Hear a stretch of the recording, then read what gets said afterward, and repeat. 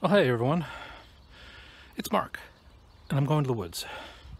It's been a while, sorry, but life is life. You know, things happen. So, I'm standing on the edge of the woods, which you can see behind me.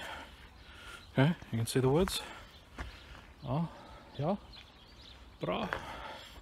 And the area where I live, which is this way.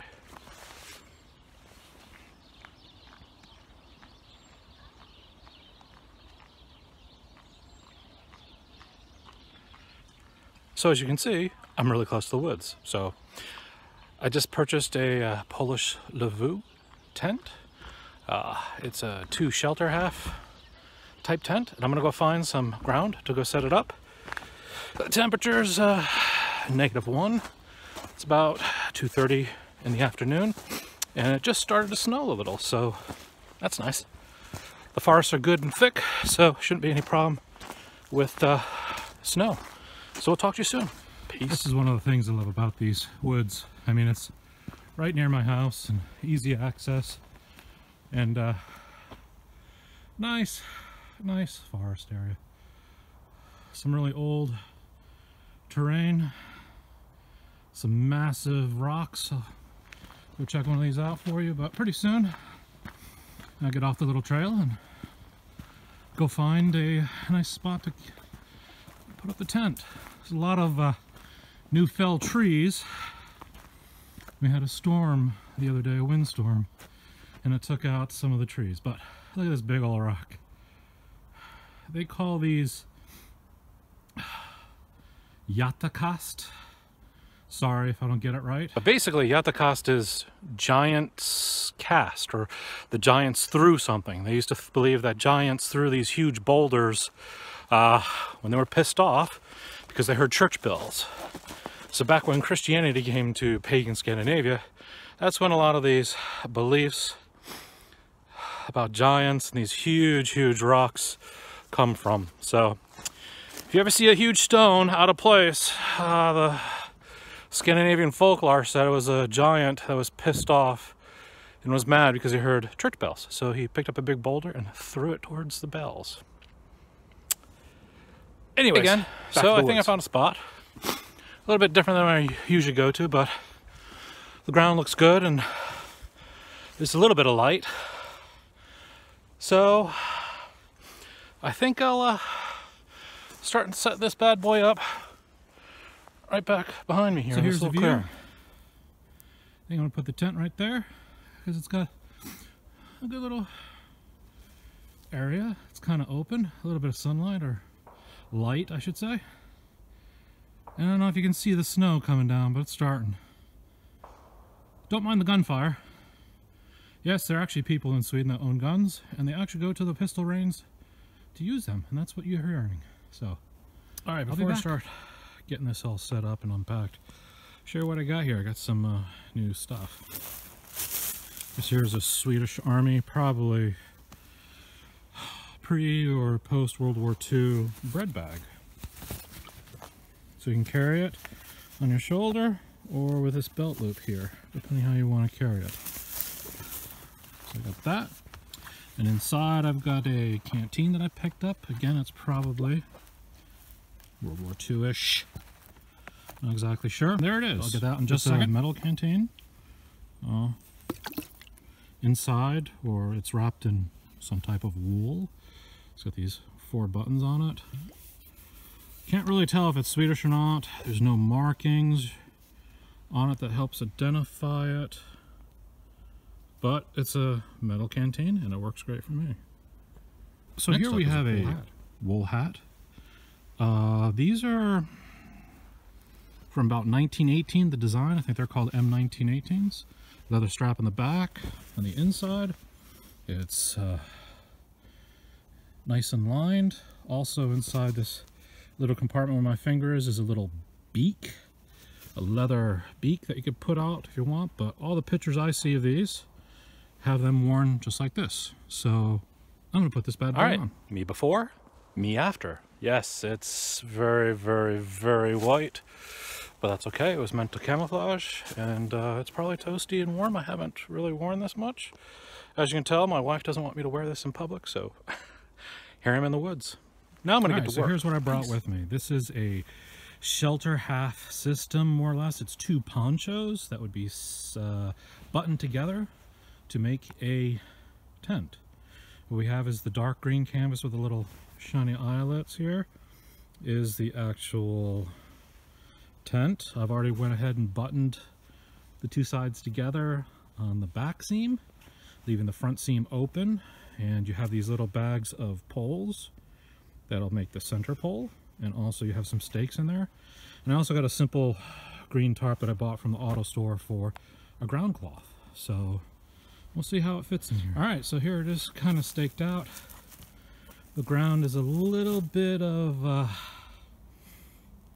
soil and a whole bunch of rock, so I'm not going to pound this in, as there's no need for that, because this is just to set it up. I'm not going to be spending the night here.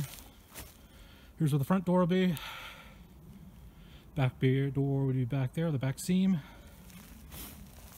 And here's the center pole. And there's my bag.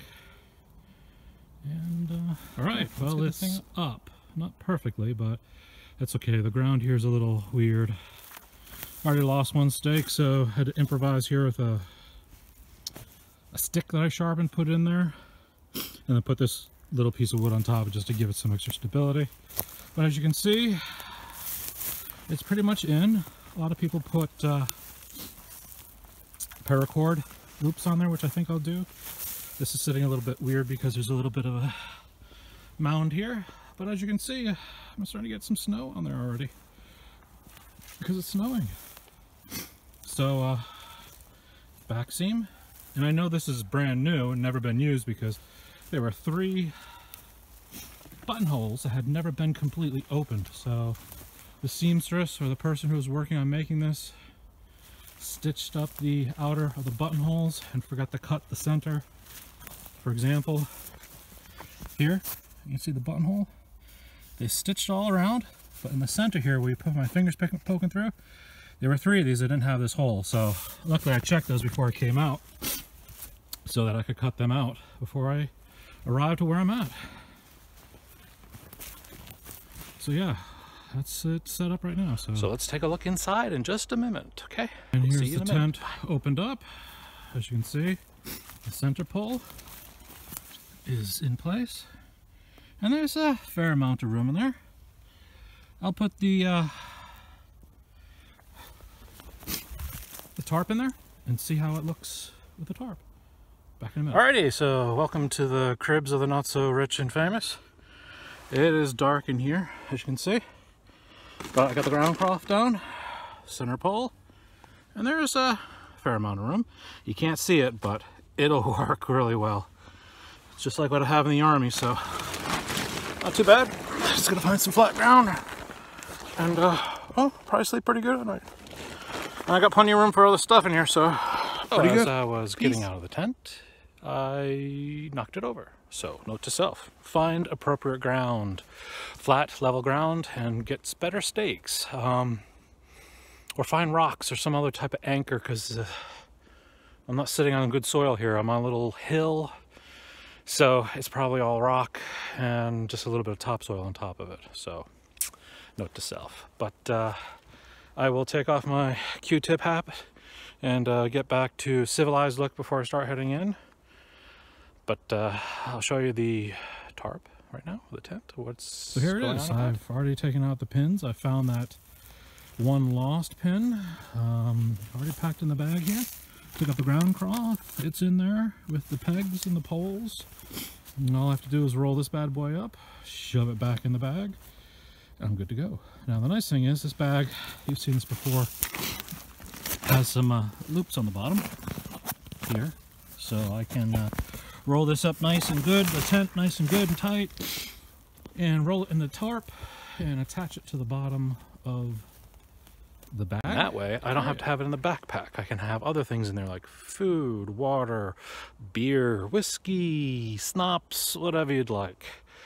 So yeah, that's about it. I think I'll head back home and edit this video and try to get it up and post it today. Shout out to everyone out there. Mark Plant, thanks for your motivation and continuing to film video blogs. It's good. Yes, I'm spinning around. That's because I want you to see these woods that I'm in, because it's quite magical here. A lot of people travel halfway around the world to come to the woods that are just in my backyard. So I figured I'd take you out today as I set this up. I got to figure it out. It's simple to set up, simple to take down, maybe a little too simple to take down. So I've got to find some better ground, stake it in really good with some good stakes. And it'll probably be good for a good overnighter. Definitely dark in there, and it definitely blocks the wind, and it's waterproof. It's not wet in the inside, and it's been snowing a little bit, as you might be able to see. So, yeah, thanks for joining me today. I'll be posting this hopefully later today or tomorrow.